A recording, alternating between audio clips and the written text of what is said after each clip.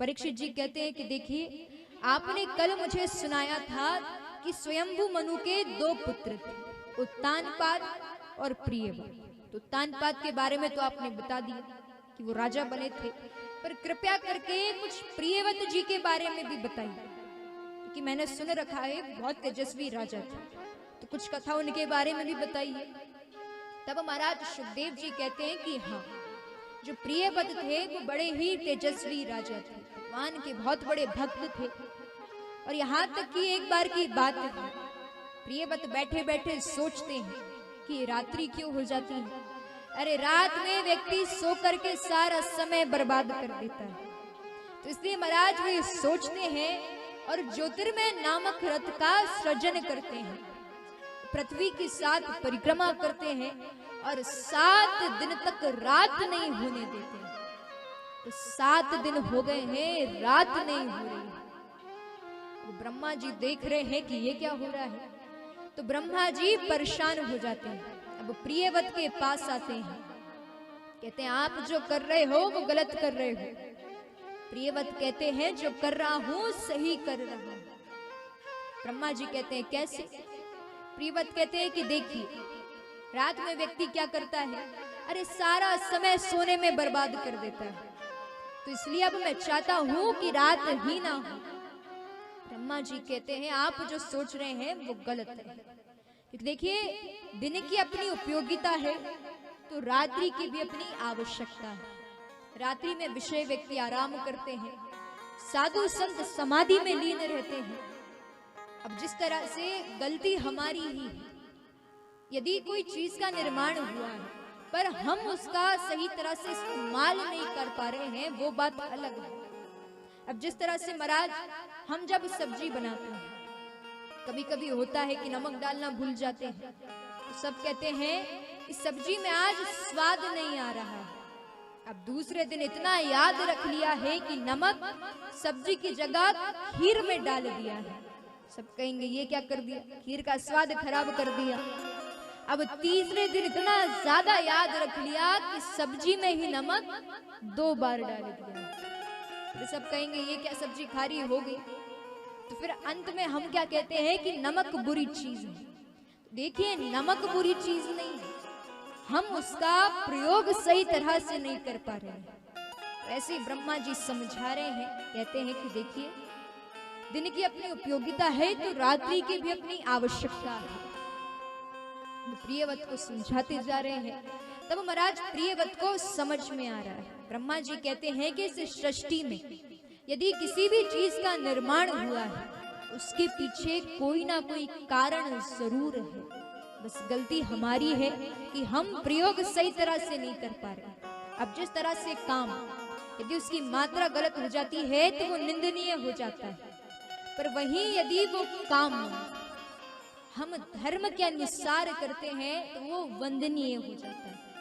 ऐसे ही ब्रह्मा जी समझाते हैं, तब प्रियव्रत के समझ में आता है। और महाराज प्रियव्रत जो है वो 7 द्वीप और 7 सागरों की संरचना करते हैं, और उसके बाद अपने एक एक पुत्र को एक एक द्वीप के सागर के अधिपति बना करके वैराग्य को प्राप्त करते हैं। अब जिसमें से जम्बू द्वीप है, जिसके राजा बनते हैं अग्निद, उनके 9 पुत्र होते हैं, जिसमें से बड़े पुत्र का नाम है नाभ, जो अजनाब खंड के राजा बनते हैं। पर महाराज उन्हें संतान प्राप्ति नहीं होती है, उनका विवाह मेरु देवी से होता है। अब वो चाहते हैं कि उनके घर में भगवान अवतार धारण करें, तो इसलिए वो ब्राह्मणों से कहते हैं, ब्राह्मण एक यज्ञ करवाते हैं, बहुत बड़ा यज्ञ होता है, तो भगवान उस यज्ञ से प्रसन्न होते हैं। अब प्रकट होते हैं, कहते हैं कि मांगो क्या मांगते हो। लेकिन जैसे ही राजा नाभि ने और मेरु देवी ने ईश्वर के स्वरूप को देखा, गदगद हो गए हैं, देखते रह गए हैं, इतने सुंदर दिखते हैं। तो दोनों गदगद हो गए हैं, रोने लगे हैं, कुछ कह ही नहीं पा रहे हैं। तब भगवान ब्राह्मणों से पूछते हैं, आप तो बताओ, अरे क्यों मुझे बुलाया है, क्योंकि ये तो कुछ कहने की अवस्था में नहीं है। तब ब्राह्मण कहते हैं कि एक यज्ञ करा था, उस यज्ञ में ये चाहते हैं कि आप इनके यहाँ पर अवतार धारण करें। तब महाराज भगवान कहते हैं कि देखिए आपने यज्ञ करा है तो आपकी बात खाली नहीं जाना चाहिए।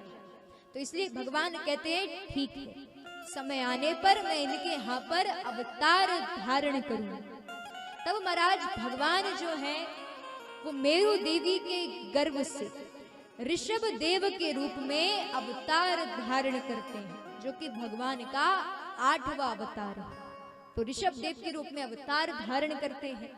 अब ऋषभ देव भी कई वर्षों तक राजपाट संभालते हैं, पर महाराज एक बार इंद्र उनके तेज को देखते हैं, तो ये देख करके उन्हें ईर्ष्या होने लगती है।